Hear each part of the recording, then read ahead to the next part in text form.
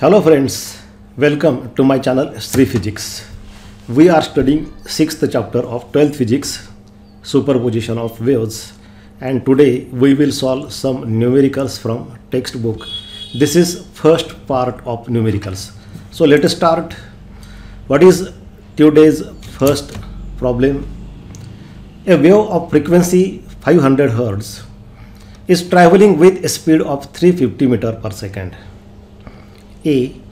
What is the phase difference between two displacements at a certain point at a distance 1.0 millisecond apart?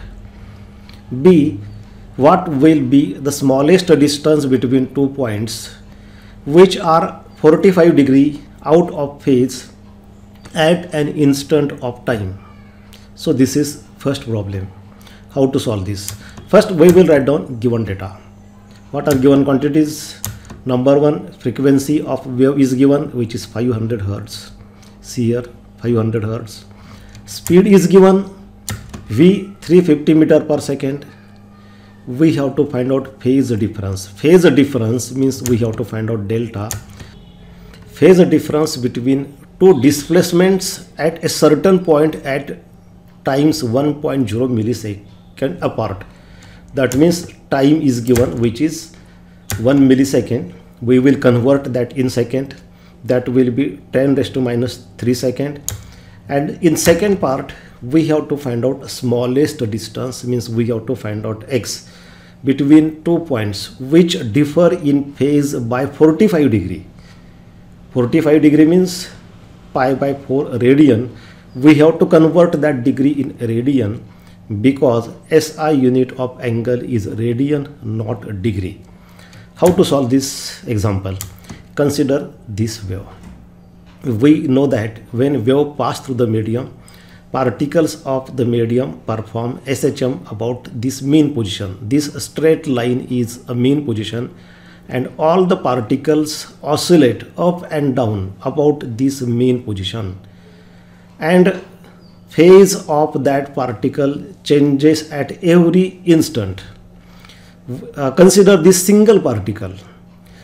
It has some phase at one time, and when time changes after 1 millisecond, its position changes and its phase also changes.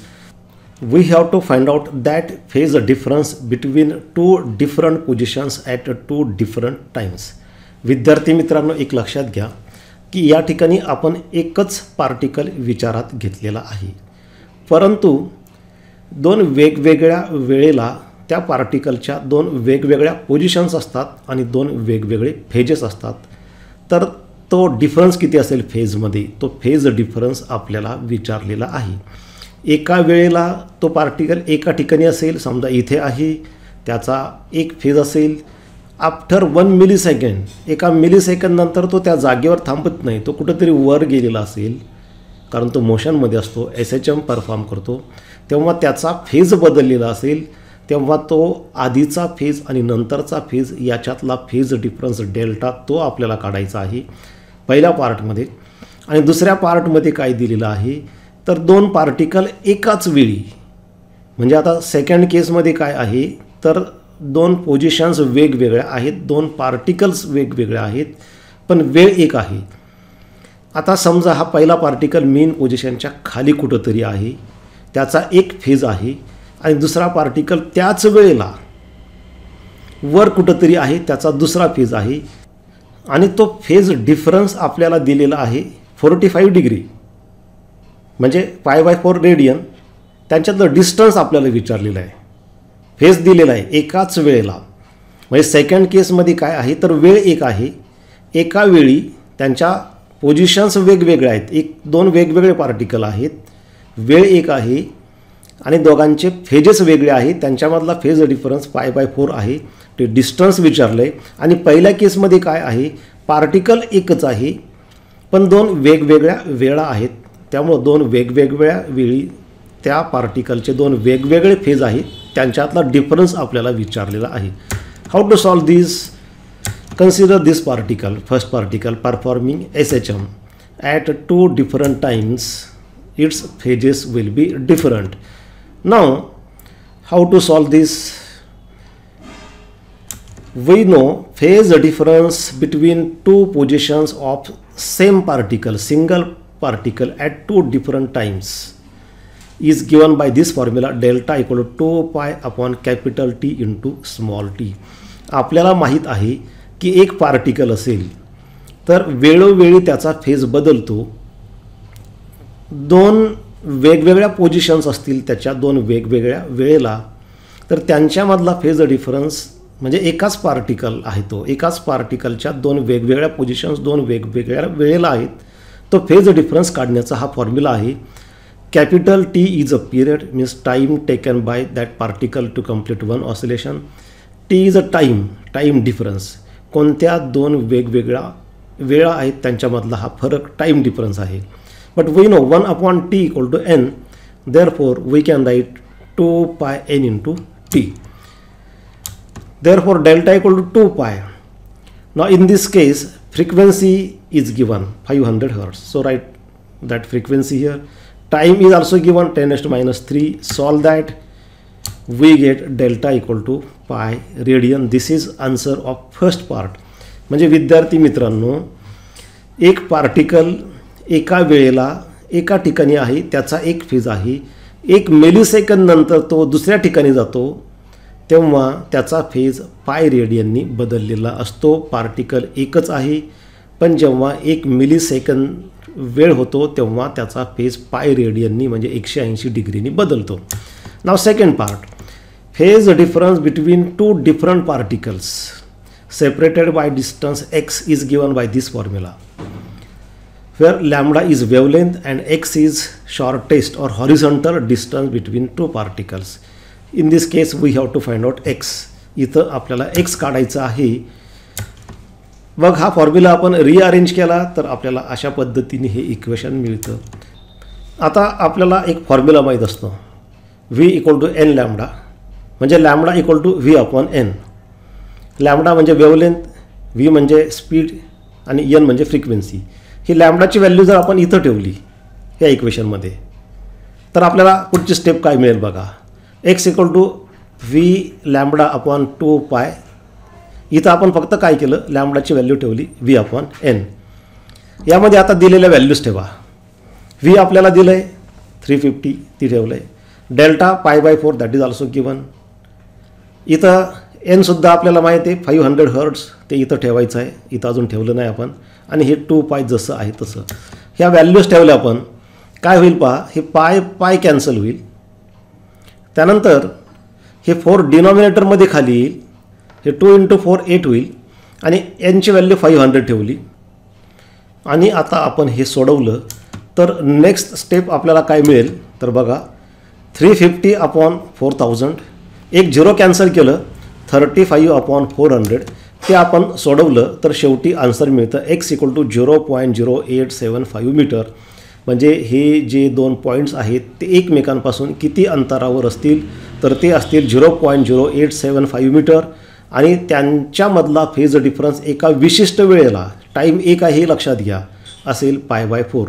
तर हे आजचं आपण पहिलं example सोडवलेलं आहे. Then today's second example is, a sound wave in a certain fluid medium is reflected at an obstacle to form a standing wave.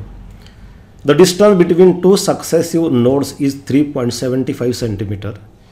If the velocity of sound is 1500 meter per second, find the frequency. How to solve this? Write down given data first.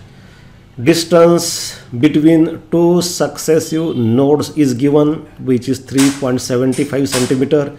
And we know that distance between two successive nodes is λ/2, or distance between two successive antinodes is λ/2. So λ/2 is given, which is 3.75 centimeter. We will convert that in meter because here velocity is given in meter per second. Therefore we have to convert that wavelength also in meter. That will be 3.75 into 10 raised to minus 2 meter, which is λ/2, distance between two successive nodes. Velocity is 1500 meter per second. We have to find out frequency. This is very easy example. How to solve that? See this figure.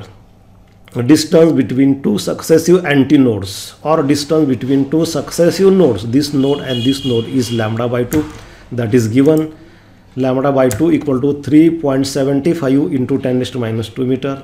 From that we will calculate wavelength lambda, take this 2 on this side, so 3.75 into 2, that will be 7.5 into 10 raised to minus 2 meter. So wavelength is 7.5 into 10 raised to minus 2 meter. Now we know the relation between speed, frequency and wavelength. V is equal to n lambda. Now frequency, we have to find out frequency. Velocity v is given, we can keep that value here, and we have calculated lambda, which is 7.5 into 10 raised to minus 2. Keep these values now. From this we get n equal to v upon lambda, because we want to calculate frequency. So we will rearrange that formula first. N equal to v upon lambda. Now keep values. V is given and wavelength we have calculated here. Keep these values, solve that, and we get final answer equal to 20 kilohertz. कसं आलं ते तर बघा 1500 upon 7.5. याला आपण हे 10 raised to minus 2 वर घेतलं तर 10 raised to plus 2 होईल, आणि हे 2 झिरो पण त्यामध्ये ॲडजस्ट केलं तर 10 raised to 4 झालं. 15 upon 7.5 म्हणजे 2, म्हणजे 2 into 10 raised to 4. एक झिरो इकडे घेतला, 20 into 10 raised to 3.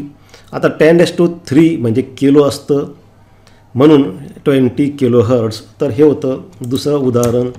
त्याच्यानंतरचं आजचं तिसरं एक्झाम्पल आहे. थर्ड एक्झाम्पल काय आहे वाचा. Two sources of sound are separated by a distance 4 meter. They both emit sound with same amplitude and frequency 330 Hz, but they are 180 degree out of phase. 180 degree means opposite phase. At what point between the two sources will the sound intensity be maximum?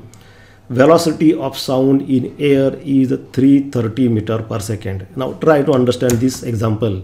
First we will write down given data.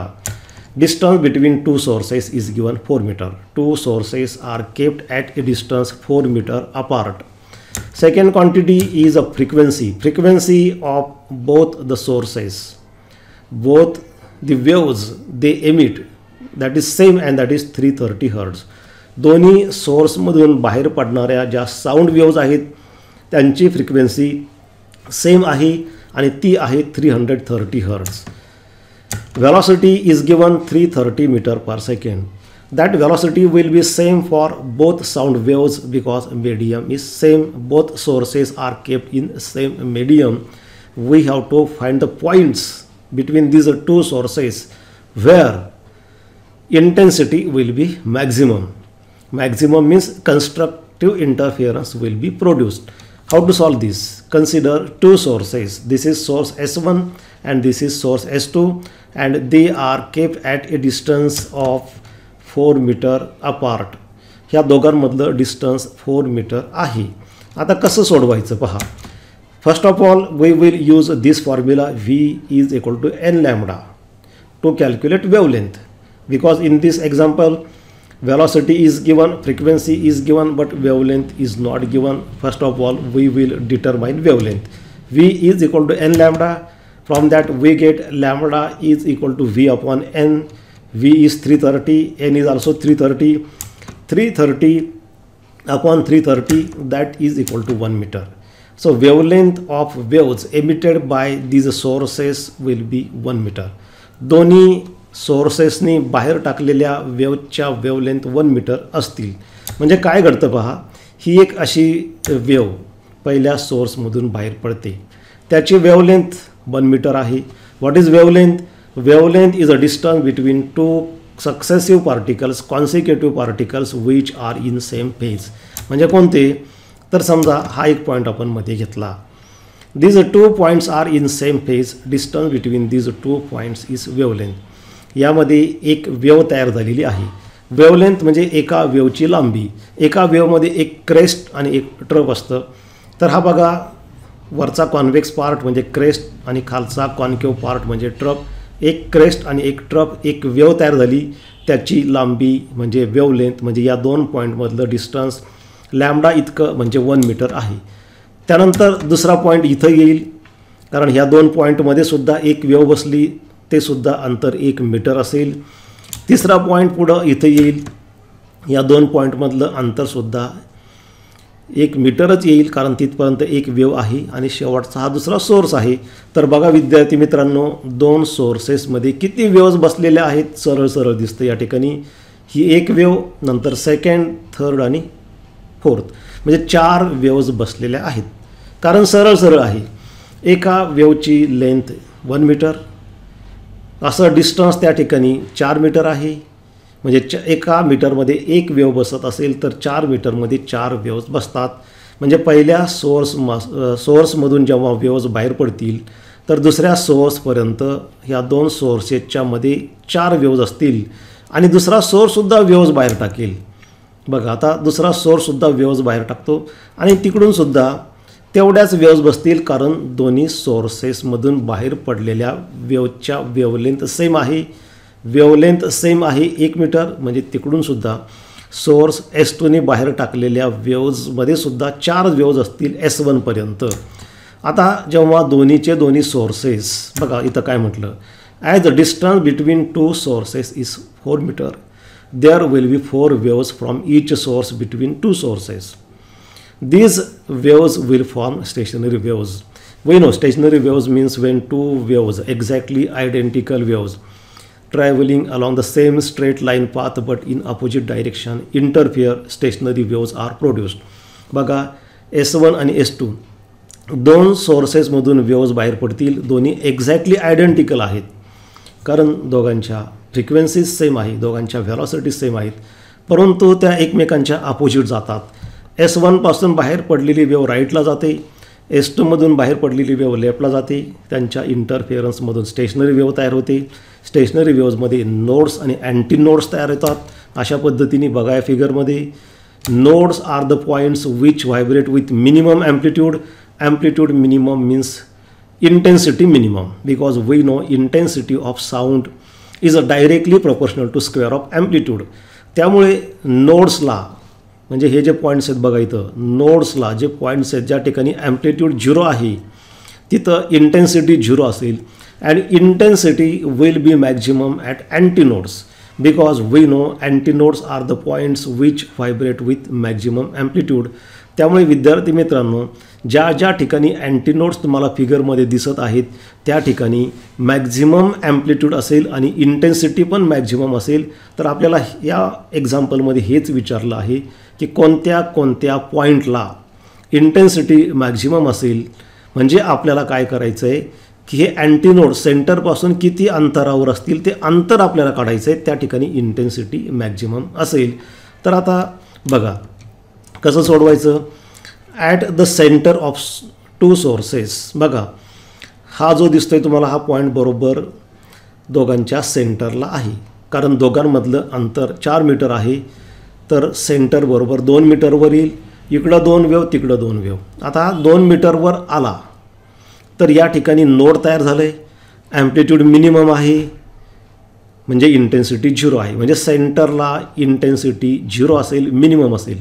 आता सेंटरपासून दोन्ही बाजूला किती अंतरावर intensity maximum असेल, म्हणजे antinode असेल. तर यापासून आता हे पहिलं अँटीनोड इथं दिसतं आणि आपल्याला माहीत आहे की नोड आणि अँटीनोडमधलं अंतर असतं λ/4, म्हणजे या सेंटरच्या पॉईंटपासून राईटला λ/4 इतक्या डिस्टन्सवर आणि लेफ्टलासुद्धा λ/4 इतक्या डिस्टन्सवर अँटीनोड असेल, म्हणजे इंटेन्सिटी मॅक्झिमम असेल. म्हणून आपण असं या ठिकाणी म्हणतोय, as a distance between node and antinode is λ/4, antinodes means maximum intensity will be formed at a distance of λ/4 on either side of the center. म्हणजे सेंटरच्या दोन्ही बाजूला λ/4 इतक्या अंतरावर इंटेन्सिटी मॅक्झिमम असेल, कारण त्या ठिकाणी अँटीनोड असेल. मग ते λ/4 म्हणजे किती येतं अंतर, तर आपल्याला लॅम्बडा माहीत आहे, त्याला डिवायडेड बाय 4 करा. लॅम्बडा इथं दिलं आहे 1 मीटर, त्याला डिवायडेड बाय 4 करा, म्हणजे आपल्याला ते डिस्टन्स मिळेल. बघा ही आपण पुढं सोडवूयात. First antinode maximum intensity is at a distance plus minus λ/4. Plus म्हणजे काय, तर सेंटरच्या राईटला घेतलं तर प्लस, लेफ्टला घेतलं तर मायनस λ/4. आता लॅम्बडाची व्हॅल्यू 1 आहे, 1/4 म्हणजे प्लस मायनस 0.25 मीटर. म्हणजे आपल्याला सेंटरच्या 0.25 मीटरला राईटला आणि लेफ्टला सुद्धा 0.25 मीटरला पहिला फर्स्ट अँटीनोड मिळेल ज्या ठिकाणी इंटेन्सिटी मॅक्झिमम असेल. दुसरं किती अंतरावर मिळेल, तर आता हे λ/4 हे अंतर झालं. त्यानंतर दोन अँटीनोडमधलं अंतर असतं λ/2 म्हणजे λ/2 प्लस λ/4 म्हणजे 3 λ/4. Second antinode will be form at distance 3 λ/4. त्याच्यानंतरचं 5 λ/4, नंतरचं 7 λ/4. म्हणजेच आता लॅम्डाची व्हॅल्यू 1 ठेवली तर ते अंतर मिळतात प्लस मायनस 0.75. प्लस म्हणजे सेंटरच्या राईटला, मायनस म्हणजे सेंटरच्या लेफ्टला. नंतरचं मिळेल प्लस मायनस 1.25, नंतरचं प्लस मायनस 1.75. म्हणजे बघा सेंटरला तर मिनिमा आहे कारण नोड आहे. पहिलं अँटीनोड समजा आपण राईटचा विचार करू तर 0.25ला, नंतरचं 0.75ला मॅक्झिमम इंटेन्सिटी, नंतरचं 1.25ला, नंतरचं 1.75ला. इकडं पण तसंच, सेंटरच्या लेफ्टला पण तसं, म्हणून प्लस मायनस अशा पद्धतीने लिहिलेलं आहे. दस intensity will be maximum at the points plus minus 0.25. म्हणजे हा पहिला अँटीनोड इथं आहे बघा फिगरमध्ये, दोन्ही बाजूला प्लस मायनस 0.25, नंतर plus minus 0.75, plus minus 1.25, plus minus 1.75 meter from the center, सेंटरच्या दोन्ही बाजूला. तर अशा पद्धतीने हे आपण सोडवलेले आजचं तिसरं एक्झाम्पल आहे. त्याच्यानंतर आजचं चौथं एक्झाम्पल काय आहे ते आपण बघूयात. Fourth example, two sound waves travel at a speed of 330 meter per second. If their frequencies are also identical and are equal to 540 hertz, what will be the phase difference between the waves at points 3.5 meter from one source and 3 meter from the other source if the sources are in phase? So how to solve this? Write down given data first. D1 distance of the source, distance of the point from first source is 3.5 meter. D2 distance of that given point from second source is 3 meter. That is given. See here, 3.5 meter from one source and 3 meter from other source. There is one point which is at a distance of 3.5 meter from first source and 3 meter from second source. Velocity of sound waves is 330 meter per second, which is same for both waves emitted by both the sources. Frequency is 540 Hz, which is also same for both the waves emitted by these two sources. We have to find out phase difference. Phase difference means delta. How to solve this? This is source S1, then this is source S2. There is a point, and that point, this point is at a distance of D1, which is D1, and the same point is at a distance of D2 from second source. This point is at a distance of D1, which is 3.5 meter from first source, and same point is at a distance D2, 3 meter from second source. We have to find out phase difference between these two waves arriving at this point. विद्यार्थी मित्रांनो, ह्या दोन sources पासून जेव्हा दोन waves या पॉइंटला येतील तेव्हा त्यांच्यामध्ये काय फेज डिफरन्स असेल, कारण दोन जे पाथ आहेत ते सेम लेंथचे नाहीत. एकाची लेंथ 3.5 मीटर आहे, दुसऱ्याची 3 मीटर आहे, त्यामुळे निश्चितच फेज डिफरन्समध्ये फरक पडणार आहे. तर फेज डिफरन्स कसा काढायचा, तर फेज डिफरन्ससाठी फॉर्म्युला असतो delta equal to 2π/λ into X. तर एक्स म्हणजे दोघांमधला पाथ डिफरन्स ते काढता येईल, पण लॅम्डा माहिती नाही आपल्याला, तो लॅम्डा काढून घ्यावा लागेल. तर पाथ डिफरन्स पहिल्यांदा आपण काढू. X path difference means difference between to paths, म्हणजे दोन मार्ग जे आहेत, एक D1 आणि D2, त्यांच्यामधला फरक त्याला म्हणतात पाथ डिफरन्स. तर एक आहे D1, दुसरा आहे D2, दोघांमधला डिफरन्स काढा 0.5 meter. Now we will calculate lambda by using this relation V is equal to n lambda. From that we get lambda is equal to V/n. V is given 330, n is 540. Keep these values, solve that, and we get lambda equal to 33/54 meter. Now phase difference is given by this formula delta equal to 2π/λ into x. Phase difference between these two waves arriving at that point. X is path difference which we have calculated here. Lambda is this 33 upon 54. Keep these values. ह्या values आपण ठेवल्या. 2 पाय जसं आहे तसं लॅम्डाची value ठेवली, एक्सची value 0.5. हे 54 वर जाईल आणि 2 × 0.5 म्हणजे 1, त्यामुळे ते लिहायची गरज नाही. हे 33 राहिलं आणि हे जर आपण सोडवलं 54 upon 33 तर उत्तर मिळतं 1.64 पाय which is the answer of this problem. म्हणजे दोन वेव्ह जेव्हा या पॉईंटला एकत्र येतील तेव्हा त्यांच्यामधला फेज डिफरन्स असेल 1.64 pi. This was example number 4. Now example number 5. आजचं एक्झाम्पल नंबर 5 काय आहे बघा. 2 wires of the same material and same cross section are stretched on a sonometer. One wire is loaded with 1.5 kg and another is loaded with 6 kg. The vibrating length of first wire is 60 cm and its fundamental frequency of vibration is the same as that of second wire. Calculate vibrating length of other wire. How to solve this? Write down given data. First, tension in the first wire. This 1.5 kg weight, the weight which is applied to the wire, that is tension, but that is given in kg. We know tension is a force and unit of force is Newton. How to convert that in Newton? Always remember, when you want to convert kg weight in Newton, multiply by 9.8. विद्यार्थी मित्रांनो, kilogram हे मासचं unit आहे. जेव्हा ते मास आपण लटकावून ठेवतो तेव्हा त्याच्यावरती ग्रॅव्हिटेशनल फोर्स ॲक्ट होतं. त्यामुळे ते ग्रॅव्हिटेशनल फोर्स म्हणजे त्या वायरमध्ये टेन्शन तेवढं तयार होतं. तर ते वेट म्हणजे ते फोर्स काढायचं असेल तर त्याला 9.8नी मल्टिप्लाय करायचं, कारण ॲक्सलरेशन ड्यू टू ग्रॅव्हिटीची व्हॅल्यू 9.8 असते, तेव्हा ते न्यूटनमध्ये कन्वर्ट होतं. Tension applied to the second wire is 6 kg weight. See here in the example. So convert that in newton. 6 × 9.8 newton. Length of first wire when that wire vibrates in fundamental mode, that is 60 cm. We have to find out length of second wire and frequencies of both the wires is same, that is given in the example. Example मध्ये तसं म्हटलं आहे की दोन्ही वायरची frequency same आहे. म्हणजे दोन सोनोमीटरच्या वायर आहेत, दोन्हीमध्ये वेगवेगळ्या टेन्शन लावलेले आहेत आणि परंतु दोन्ही वायरमध्ये जी फ्रिक्वेन्सी आहे फंडामेंटल फ्रिक्वेन्सी ती सेम आहे. मग पहिल्या वायरची लेंथ 60 असेल तर दुसऱ्याची किती. आणि आणखी एक लक्षात घ्या, या ठिकाणी म्हटलं आहे 2 wires of same material and same cross section.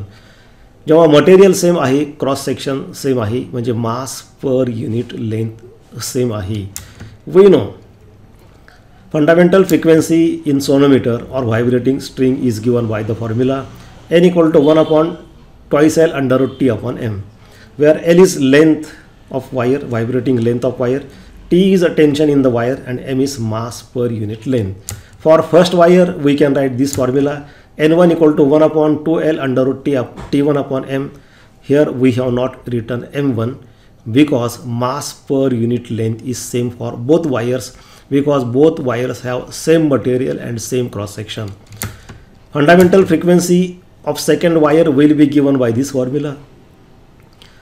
Here again we have written m because we know mass per unit length is same for both wires, but tensions and lengths are different. So for second wire we have taken L2 length and tension T2, but n1 is equal to n2, that is given in example.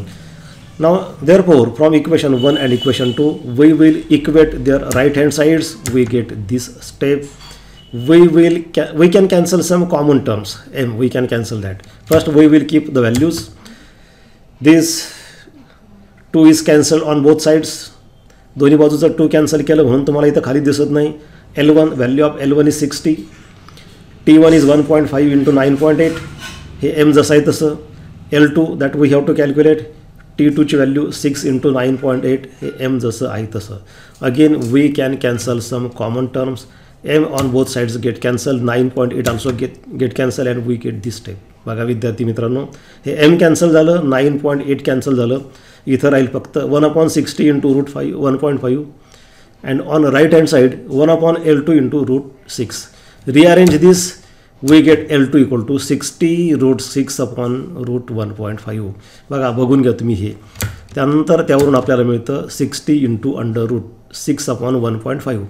कारण इथं बघा हे 6 रूटमध्ये आहे, 1.5सुद्धा रूटमध्ये आहे, त्यामुळे दोघांचा common square route घ्या. त्याला आपण लिहू शकतो 60/15. एक समजा इथं 6च्या वर एक 0 दिला तर 60 होईल. इथं 1.5 मधला हा पॉईंट पुढं सरकवावं लागेल, 15 होईल. 60/15 म्हणजे 4चं स्क्वेअर रूट असतं 2. 60 × 2 म्हणजे 120 सेंटीमीटर. म्हणजे दुसऱ्या वायरची लेंथ असेल 125 सेंटीमीटर. म्हणजे दोन्ही वायर लक्षात घ्या 2 सोनोमीटरच्या वायर आहेत. Same material, same cross section आहे. फक्त पहिल्याला टेन्शन 1.5 kg वेट आहे, दुसऱ्याला 6 kg वेट आहे. फ्रिक्वेन्सी दोघांची सेम आहे. त्यामुळे जर पहिल्याची लेंथ 60 असेल तर दुसऱ्याची लेंथ 120 सेंटीमीटर येते. तर अशा पद्धतीने विद्यार्थी मित्रांनो 5 एक्झाम्पल्स आज आपण सोडवले आणि सगळे तुमच्या टेक्स्टबुकमधील आहेत, बोर्डाचं जे पुस्तक आहे त्यातील आहेत. बाकीचे प्रॉब्लेम्स आपण नंतरच्या व्हिडिओमध्ये सोडवू. धन्यवाद.